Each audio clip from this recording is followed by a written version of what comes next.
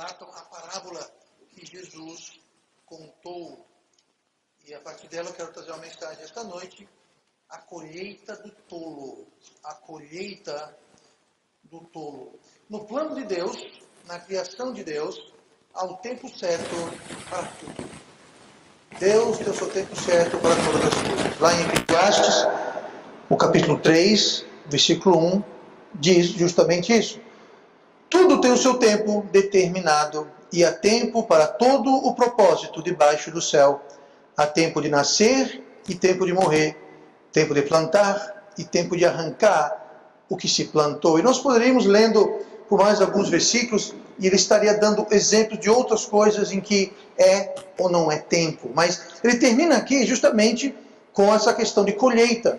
Tem um tempo de plantar e tem um tempo de arrancar.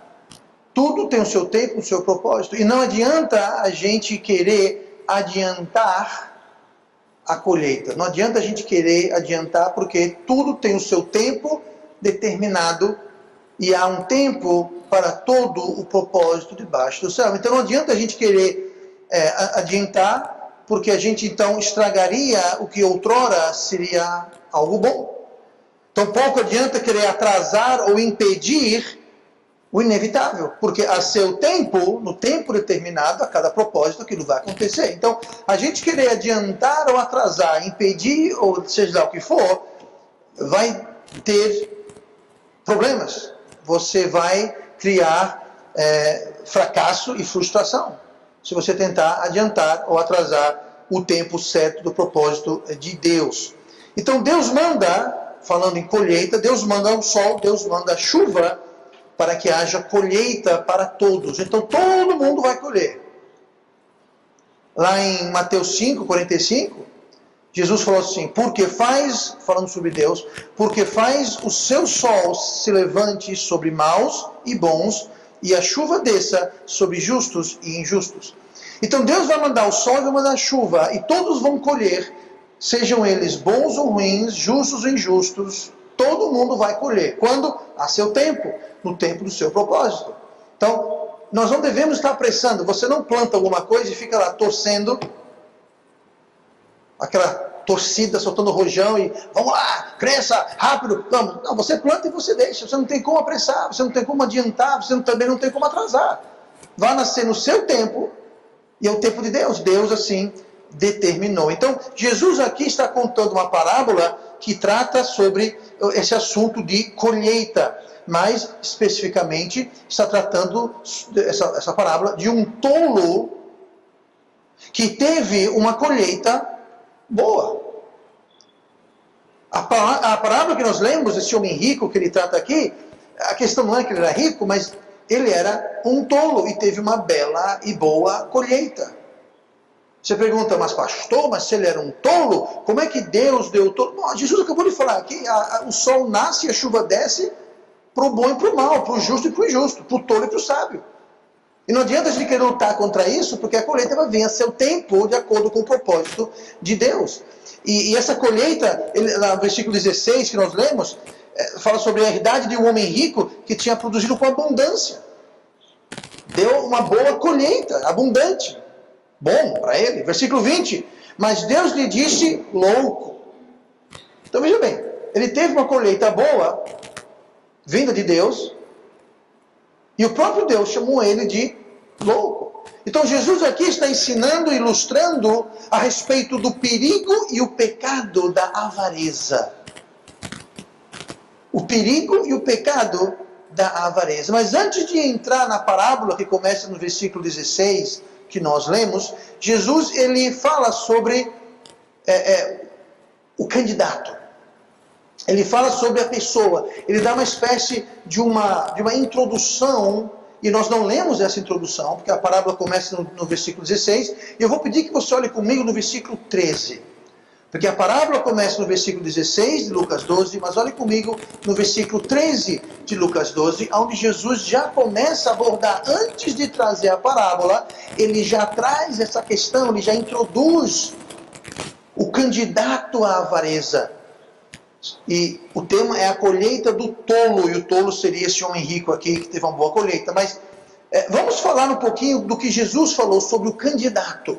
Vamos falar um pouquinho sobre as características, porque os candidatos à avareza, eles vão manifestar algumas características. E Jesus aqui usa uma situação que se lhe foi apresentada.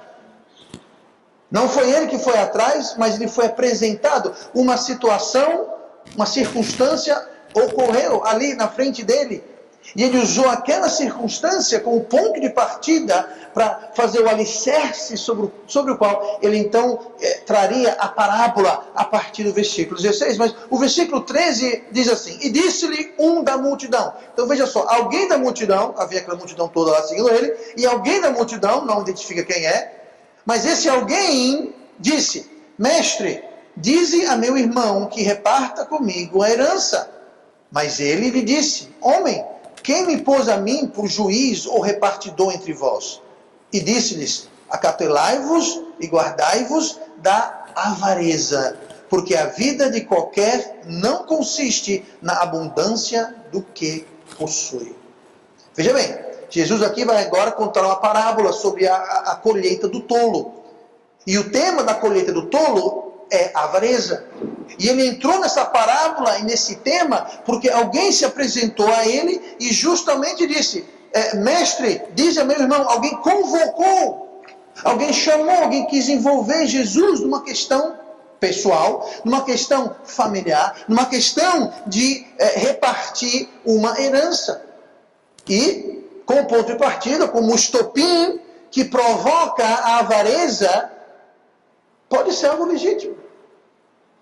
Aquilo que vinha despertar e iniciar e dar aquele chute inicial, a avareza na vida do candidato que estamos falando, pode ser algo legítimo. Não é necessariamente algo ilícito. Ele simplesmente pediu: diz a meu irmão que reparta comigo a herança. Ele não falou: diz a meu irmão que eu quero toda a herança para mim. Nós podemos subentender que parece que isso era o que o irmão dele estava querendo. O irmão dele não estava querendo repartir a herança com esse outro irmão. Então ele falou: mestre, diga para o meu irmão repartir. Por quê? Porque o meu irmão não quer repartir, então vamos repartir. Então, pode até ser que o estopim, o catalisador, o chute inicial que vai despertar, trazer, brotar a avareza na vida de alguém, seja algo legítimo. Nem sempre é o caso, mas nem sempre é algo que é errado. Mas Jesus sendo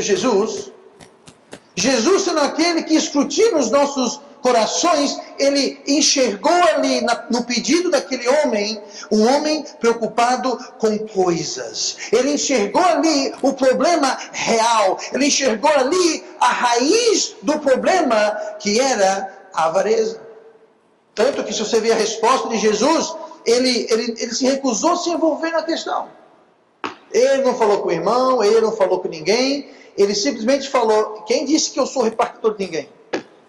Eu sou por acaso juiz de vocês? Ele se recusou a se envolver, ele se recusou a atender o pedido do homem, mas Jesus tratou da questão diretamente. Ele foi na raiz do problema, que era a avareza. E ele fala justamente isso. A resposta dele foi: acautelai-vos e guardai-vos da avareza. Ele falou: não vou repartir nada, mas diga uma coisa: tome muito cuidado e corra da avareza. Por que Jesus disse isso?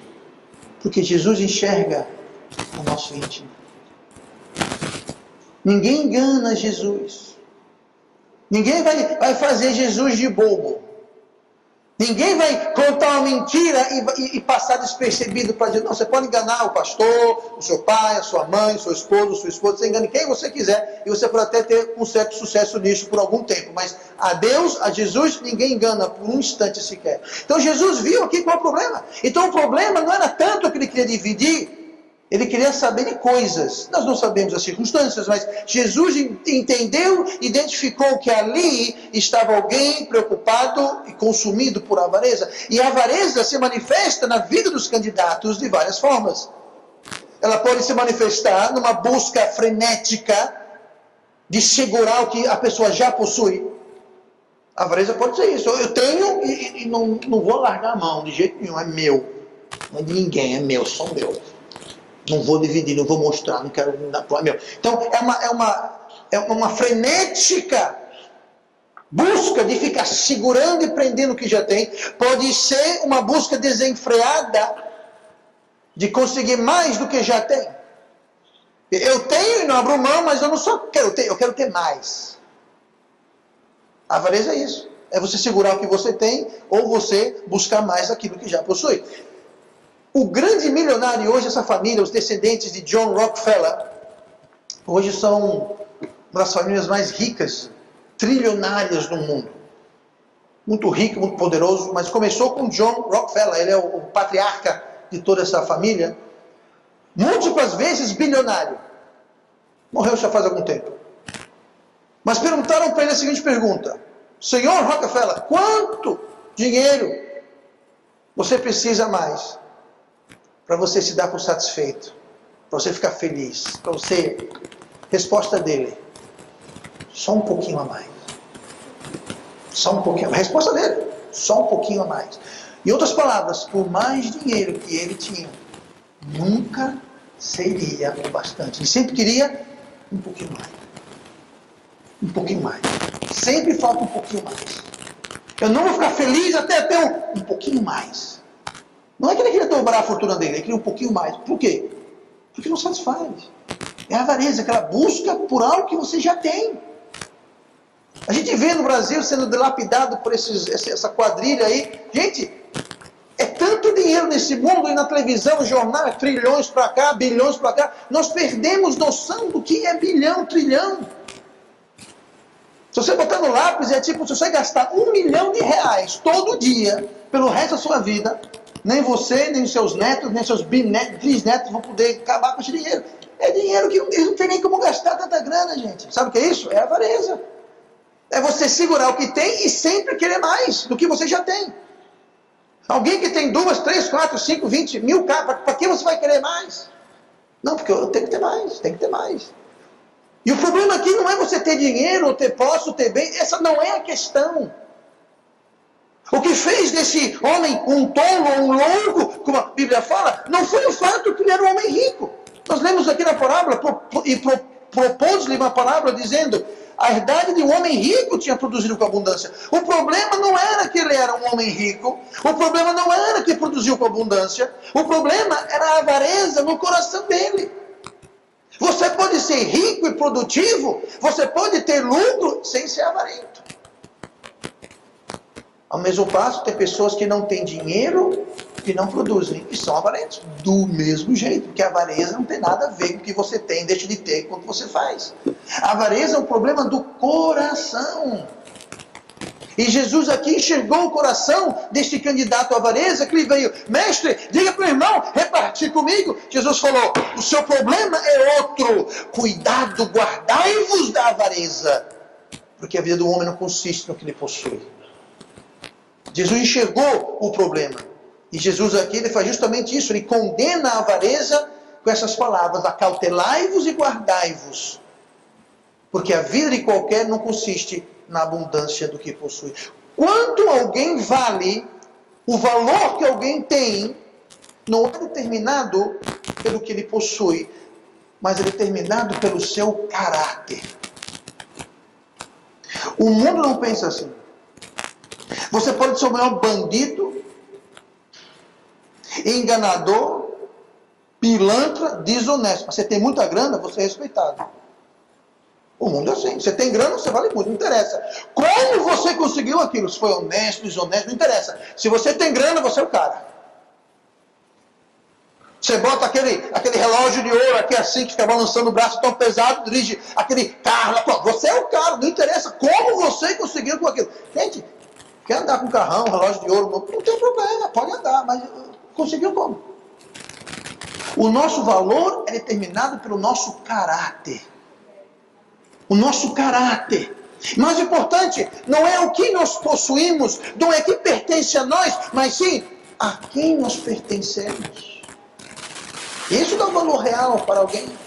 A quem você pertence? Você pertence a Deus ou você pertence a si mesmo? Porque se você pertence a Deus, é porque Deus lhe comprou por um alto preço. Então, o modo com que o mundo aloca valor está totalmente equivocado. Deus não está interessado em quanto você tem no banco, se você é rico, se você é pobre, se você produz abundantemente ou não. Deus está interessado no seu caráter. Esse é o valor real do homem. E Jesus diz aos candidatos da avareza: acautelai-vos e guardai-vos. Tenha cuidado e corra, fuja. Se proteja da avareza. Então Jesus aqui, ele começa dando as características do candidato à avareza. Em segundo lugar, no versículo 16, ele começa a falar sobre o caminho da avareza. Quando alguém começa então a andar nas veredas dos caminhos da avareza, ele vai encontrar certas coisas. E ele começa então no versículo 16, e propôs-lhe uma parábola dizendo: a herdade de um homem rico tinha produzido com abundância. E ele arrazoava consigo mesmo, dizendo: o que farei? Não tenho onde recolher os meus frutos. E disse: farei isso. Derrubarei os meus celeiros e edificarei outros maiores, e ali recolherei todas as minhas novidades e os meus bens. E direi à minha alma: alma, tens em depósito muitos bens para muitos anos. Descansa, come, bebe, folga, relaxa. Esse relaxo eu inseri, não está na Bíblia, como você pode ver. A Bíblia fala: não acrescentar, pois é, não estou acrescentando. Está tudo certo, não acrescentei nada. O que acontece aqui é que eu quero falar o seguinte: pessoas avarentas não são necessariamente pessoas más, ou pessoas egoístas ou impiedosas. Geralmente se tornam, que a avareza corrompe, mas a pessoa nem sempre, para ser uma pessoa avarenta, necessariamente é pessoa má. Mas no caminho da avareza, as coisas mudam, as coisas se transformam. E o caminho da avareza é aquele caminho que se volta para as coisas deste mundo e desta vida. O caminho da avareza é seguir a sua ou a minha meta. É seguir os nossos sucessos.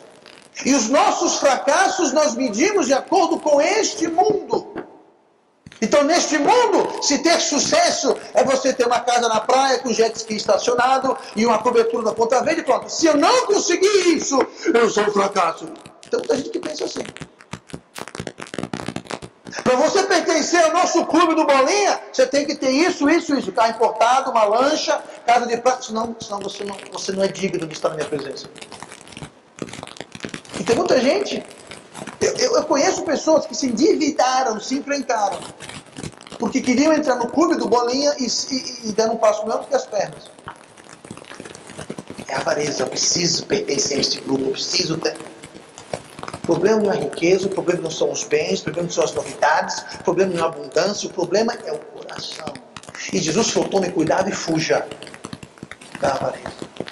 Mas o avarento no caminho, ele não está olhando para o alto. O avarento no caminho está sempre olhando para essa terra, essa vida, essa existência, esse plano.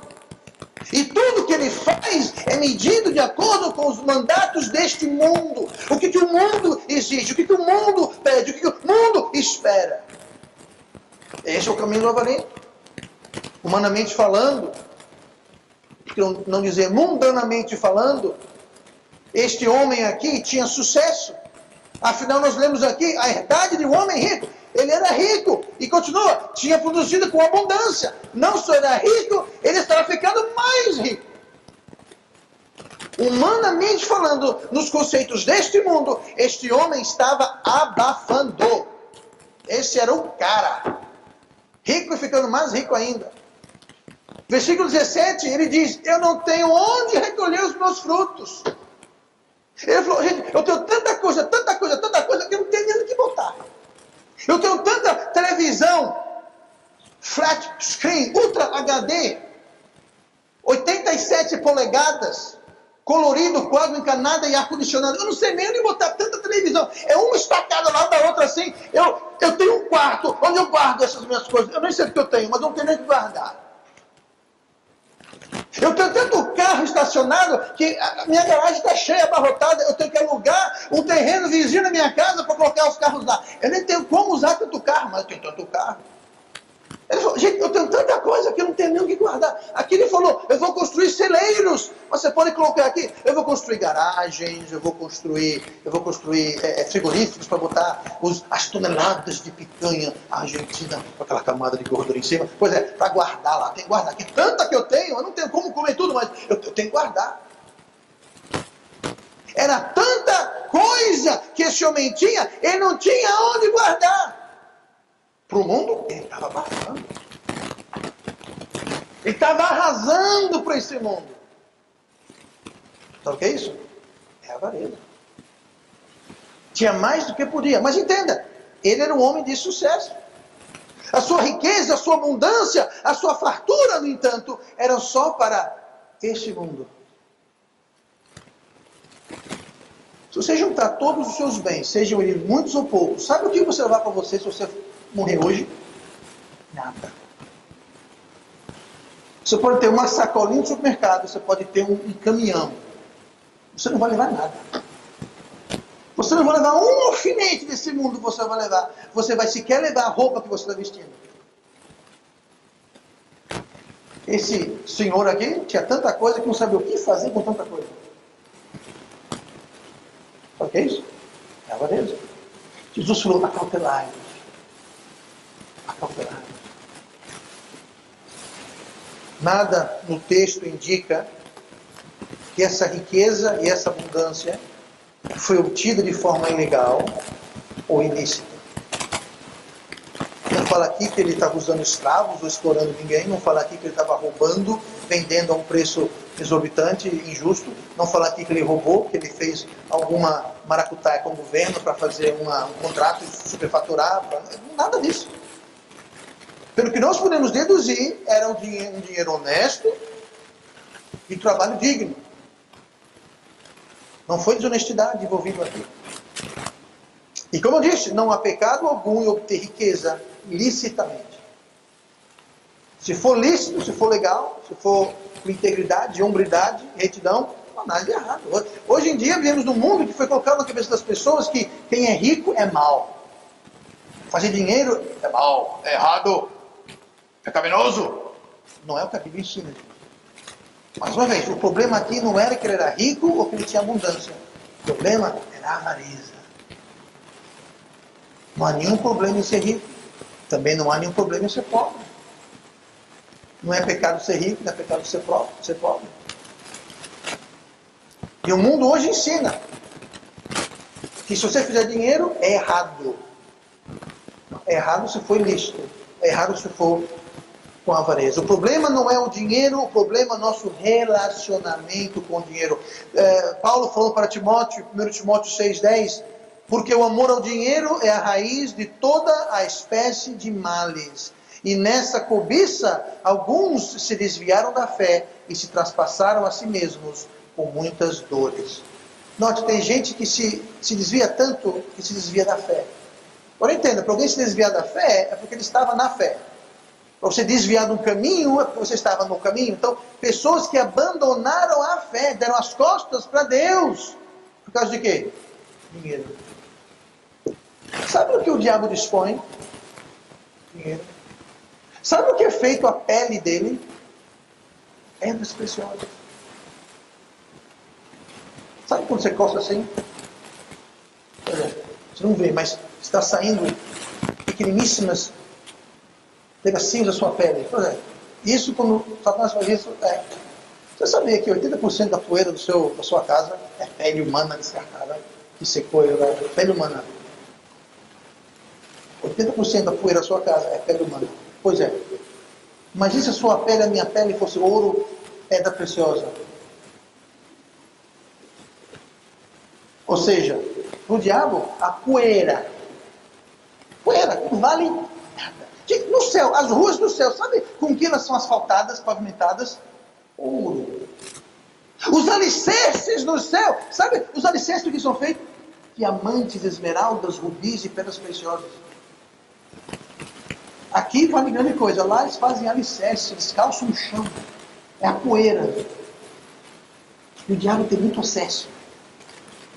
A cobertura dele é feita de pedras preciosas. Ele dispõe de grana, de riquezas. E o ser humano tem uma fraqueza. E o amor ao dinheiro causa muitos males. Causa pessoas a se desviarem da fé. Sabe por quê? A avareza. A avareza. Os erros desse homem, ele cometeu alguns, nós vamos ver rapidamente aqui, mas os erros desse homem foram erros causados devido a um coração mundano que ele tinha. Um coração, e eu logo acrescento, um coração não guardado.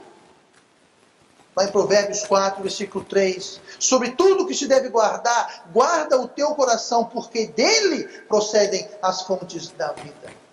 Esse homem aqui era um tolo que não guardava o seu coração. E o seu coração estava cheio por amor a coisas e riqueza. E por causa disso ele cometeu alguns erros.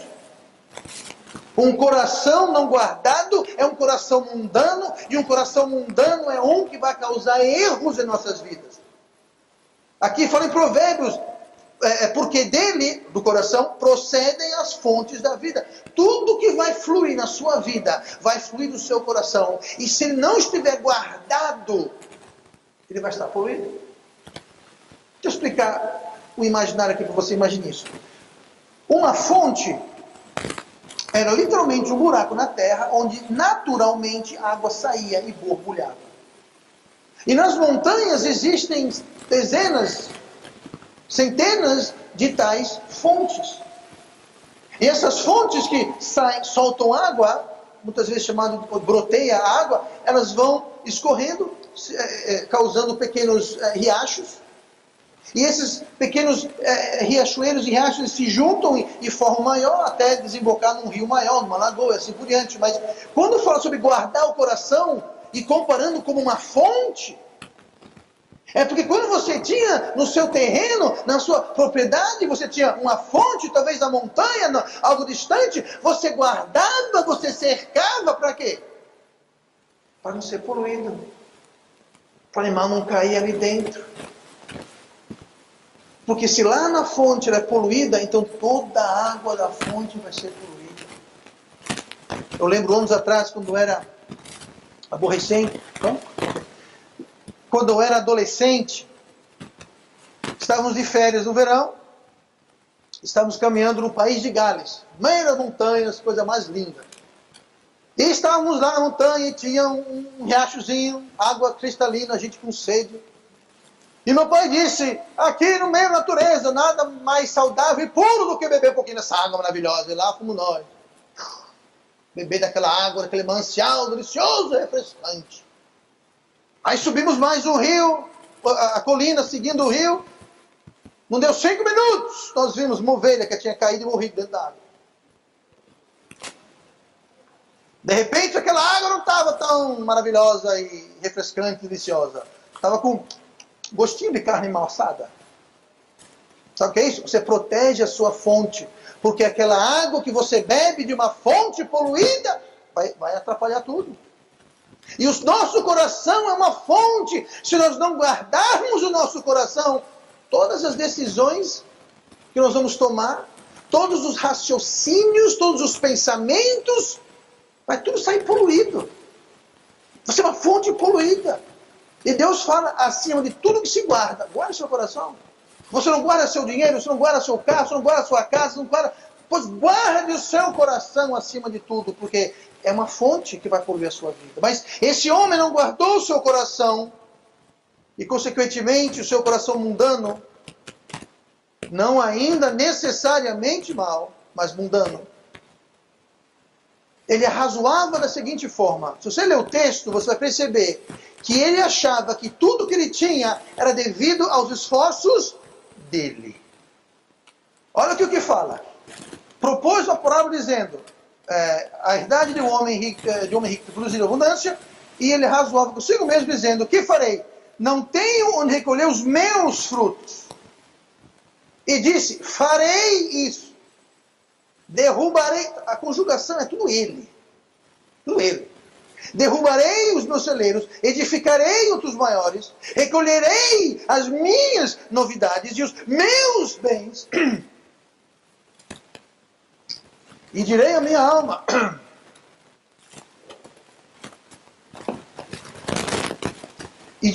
alma,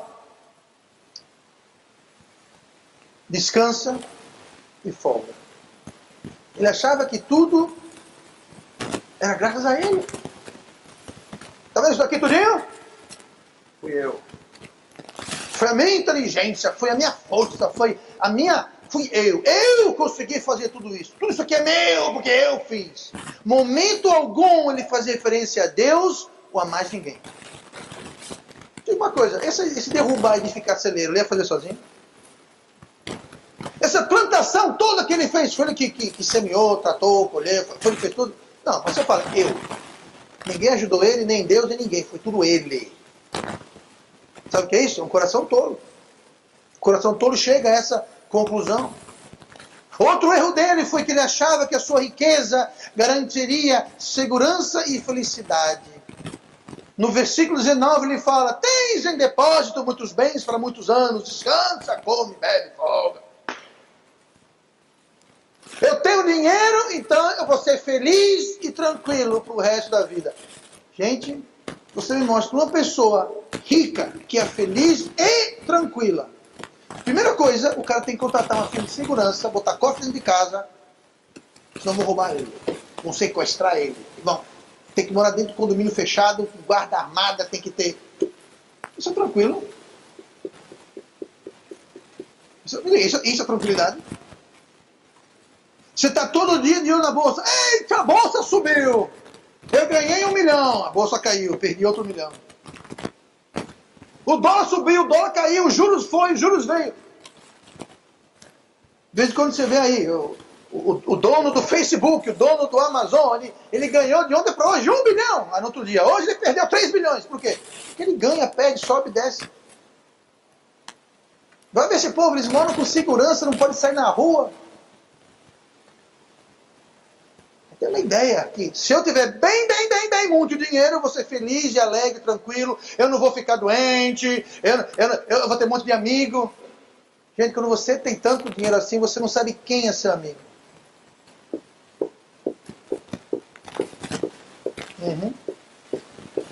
Não que eu seja rico, mas vá por mim, riqueza não traz felicidade para ninguém. Eu sei o que dizem, é muito melhor ser feliz no jet ski do que ser pobre andando a pé. Ok. Muito engraçado. Eu já ouvi essa. Mas a verdade permanece. Dinheiro não traz felicidade para ninguém. Para ninguém. Outro erro. Ele não dava pensamento algum para a eternidade. É aqui, é agora. Existe isso aqui. Morreu, acabou. Pois é. Muitos pensam assim, não pensam no amanhã, não pensam na eternidade. E o diabo quer que você pense exatamente isso. O diabo quer que você pense que é isso aqui, ó. Pronto. Acabou, eu vou morrer, virou pó. Pronto. É isso que ele quer que você pense. Ele não quer que você pense nas consequências do pecado amanhã. Eu falei sobre isso hoje de manhã na Turma dos Homens. Eu falei, olha, o pecado, você não peca hoje e colhe o fruto do pecado hoje. Estamos falando sobre colheita. Você peca hoje, você vai colher. Pode ser daqui a uma semana, um mês, um ano ou 10, mas você vai colher. Só que não é hoje. Então o diabo assim, ó, peque hoje. Esquece amanhã, cara. Esquece amanhã. Amanhã você resolve. Amanhã é outro dia. Pense em hoje. Né? O negócio é hoje. Faça o que você quiser hoje. Depois, outro dia, lá ele resolve. Talvez você não está vivo, o mundo vai acabar, vai ser atropelado. Para que se privar de um belo pecado hoje, quando você pode estar morto amanhã? Ele quer que você pense justamente... É assim que esse homem aqui pensava. Ele não pensava na eternidade. Ele não pensava na colheita celestial. Ele só pensava na colheita terrestre. Aquela que ele podia ver, pegar, palpar, botar no celeiro. Isso ele pensava. Agora, aquela colheita no céu, aquela colheita da fé, que é a prova do que é invisível, isso, ó, ele não fazia a mínima questão. Que é um grande erro, porque no versículo 20 está dizendo: esta noite te pedirão a tua alma. todos esses bens que você vai derrubar celeiro, construir celeiro, toda essa riqueza, amanhã não vai te dizer nada. Você não vai levar um grão, uma grama, um nada. Você vai morrer e vai entrar na eternidade. Isso tudo que você tem aqui, toda a sua riqueza, não vai valer nada. Grande erro. A colheita celestial vai refletir o que nós semeamos espiritualmente aqui nessa terra. Então entenda, a avareza tem os seus candidatos, a avareza tem os seus caminhos, e a avareza tem a sua condenação. Olha no versículo 20, vamos terminar com isso. Mas Deus lhe disse, louco, esta noite te pedirão a tua alma, e o que tens preparado, para quem será? Assim é aquele que para si ajunta tesouros, e não é rico para com Deus. Todo mundo um dia vai ser pedido a sua vida, a minha vida. E se esse dia for amanhã, daqui a 10, 20, 50 anos, não interessa. O que vai valer é a nossa riqueza junto com Deus, para com Deus. A nossa riqueza celestial, o nosso tesouro, que Jesus falou, ajuntai para vós tesouros nos céus. E aqui ele fala, e o que tens preparado para quem será? Ou seja, uma coisa, só não vai ser para ele. Você juntou dinheiro, comprou propriedades, comprou lancha, jet ski, carro, você fez, pintou, mandou, fez de tudo. Para quem será? Só não vai ser para você. Porque nada ele ia levar. Nada. Jesus falou o quê? Você é um louco. Você é um louco. Jesus disse, o que você juntar no céu, lá não vai ter inflação, não vai ter ladrão, não vai ter ferrugem, não vai ficar velho, não vai quebrar, não vai desmanchar, não vai se acabar, não vai encolher. Aqui na terra, todas essas coisas acontecem. Inflação come o seu dinheiro, o ladrão leva o seu dinheiro, as suas novidades se quebram, ficam velhas, sai um modelo mais novo, cai no valor. O mundo inteiro está se matando para conseguir coisas passageiras que no máximo vão durar até você morrer. Estão deixando de ajuntar tesouros celestiais que vão durar toda uma eternidade para sempre. Ah, mas eu vou juntar aqui mesmo. Louco. Isso é coisa de louco, gente. É que nem rasgar dinheiro. É coisa de louco. Sabe o que é isso? A avareza faz isso. Porque a avareza é agora. Eu não quero saber de depois. Não quero saber no céu. Eu quero agora, aqui. Que eu posso ver, pegar, palpar, guardar, botar no meu celeiro. Se eu não puder pegar, palpar, guardar no meu celeiro, eu não... Sai fora, eu estou interessado.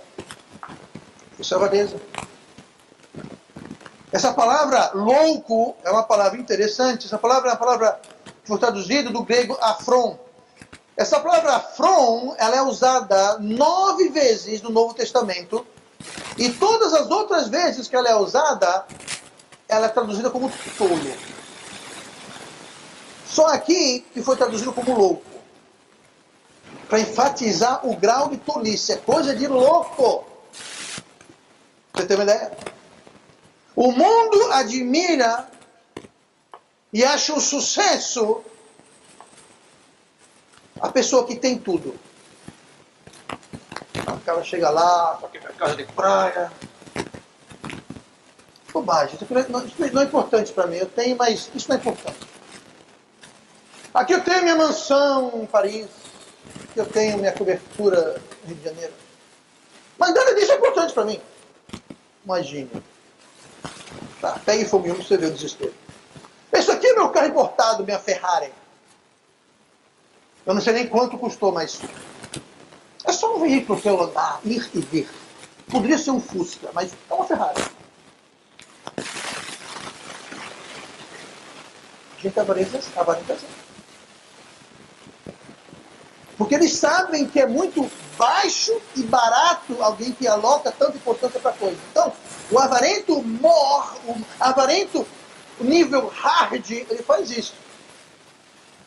Ah, esse Rolex de ouro incrustado com diamantes que custa $200 mil, custa isso. Deve ser um casco digital, mas Não tem importância nenhuma. Vai lá alguém, puxa uma arma, passa o relógio, eu mato. Então me mata, porque eu não vou partir do relógio. Mas não quer dizer nada para ele. Sabe o que é isso? É avareza.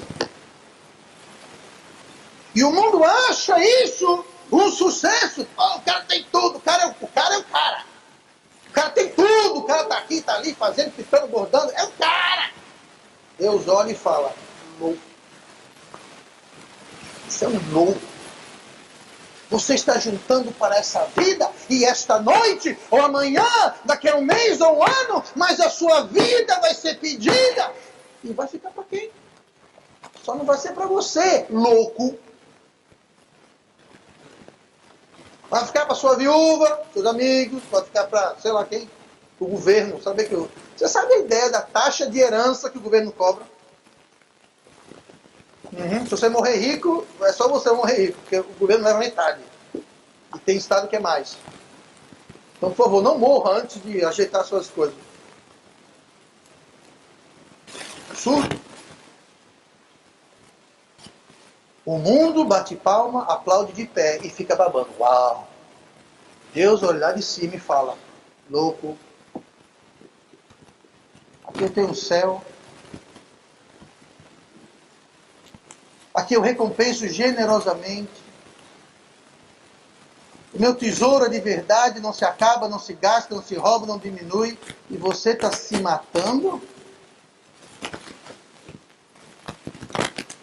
por coisas que são temporárias? Isso é louco. Por que quando a criança jogava ou baralho, ou, enfim, um jogo, só que é o seguinte, né? A gente apostava feijãozinho, né?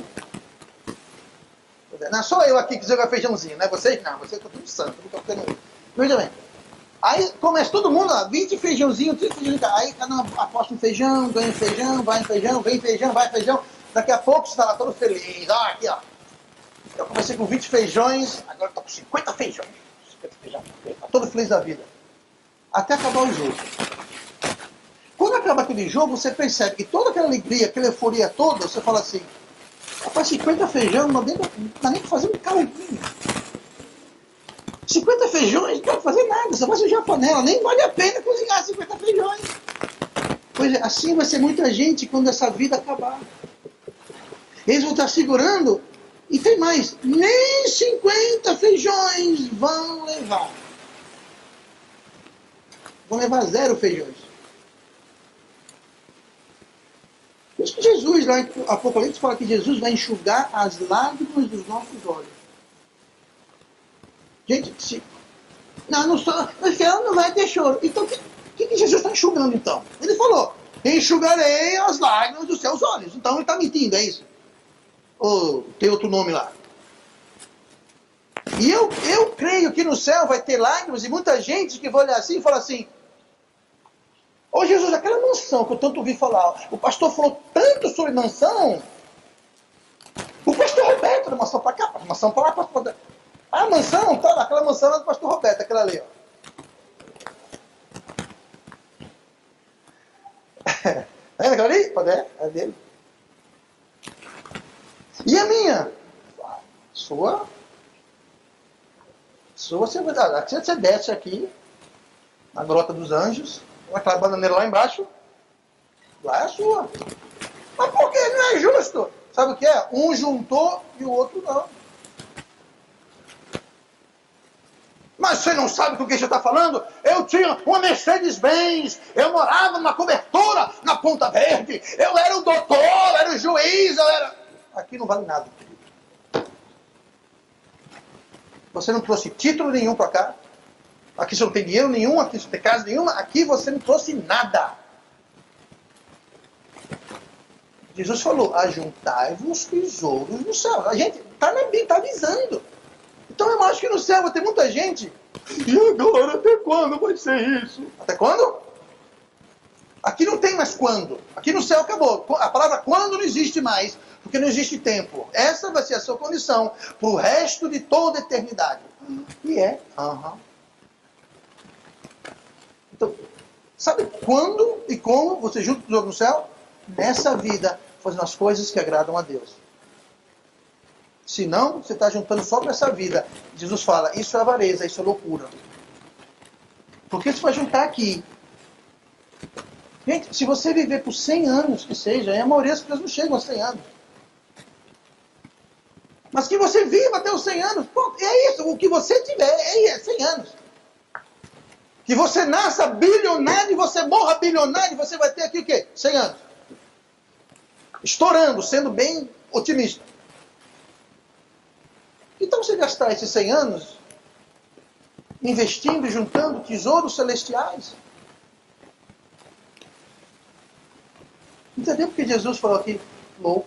Então, porque Jesus aqui, essa palavra afron, que outros trechos é traduzido como tolo. E é uma tolice, mas aqui para enfatizar, Deus falou, não, em vez de tolo, bota louco aí. Bota aí, ó. Tolo nível hard. É louco mesmo. Bota louco logo, porque não tem outra palavra não.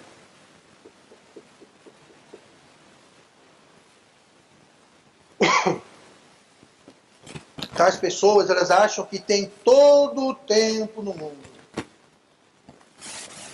E aqui vale também para o avarento de bens, de materiais, e os avarentos do pecado. Eles pensam, tem um tempo, depois eu conserto, depois eu me ajeito, depois eu me arrependo, depois eu mudo. Duas pessoas históricas, Henrique VIII da Inglaterra e o imperador Constantino. Dois perdidos. Pelo que sabemos, estão no inferno hoje. Eu espero que esteja errado, mas pelo que sabemos, ambos estão no inferno hoje. Os dois espertinhos acreditavam na regeneração batismal. Ou seja, se você é salvo, se você é batizado, todos os seus pecados são perdoados. Então eles disseram assim, eu vou esperar até eu estiver no último fôlego, aí vocês me batizam.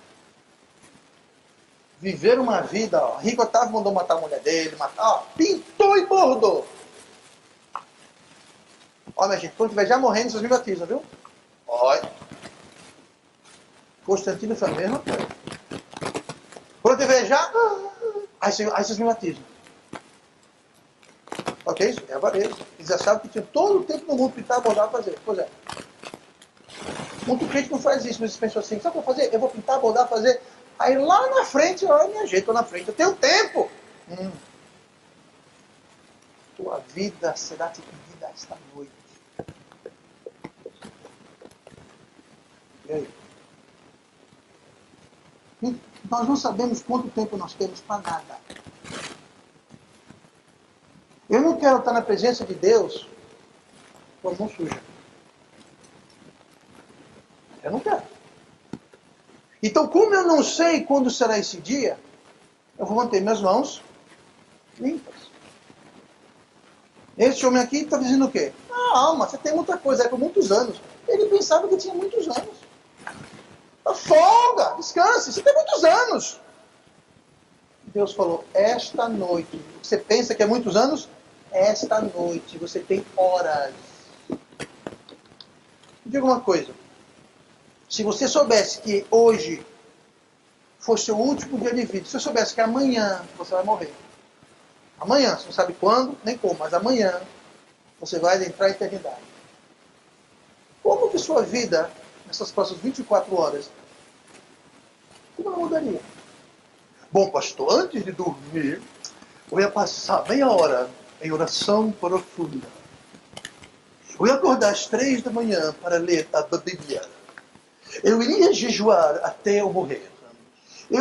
Engraçado, né? Como você sabe, você vai jejuar, vai orar, vai ler a Bíblia, vai ser desesperado. Você não é salvo, vem aqui, você precisa ser salvo. Eu tenho que levar uma alma para Cristo. Eu preciso... Peraí. Se você não morrer amanhã, pode sim muito bem ser a sua realidade. Quem disse que você não vai morrer amanhã? Eu não estou dizendo que você vai, mas eu estou dizendo quem disse que você não vai morrer amanhã, ou depois, ou semana que vem, quem disse? Nós deveríamos viver como se hoje fosse o nosso último dia, sim, porque daria uma nova perspectiva. Esse senhor aqui, mas descansa, você tem muitos anos. E Deus falou, muitos anos? Você tem algumas horas, querido, esta noite, vou te empacotar. O avarento não só quer viver do jeito que ele entende, não só quer tudo segurar o que tem e ganhar mais, mas ele pensa também que tem todo o tempo do mundo. Ah, eu tenho anos. Você não sabe disso. Você não sabe. Você pode estar ouvindo a sua última mensagem. Esse pode ser o seu último culto. Bom, se alguém morrer, vou dizer que eu joguei praga. Por favor, ninguém morra nas próximas 24 horas. Está proibido. Eu não permito.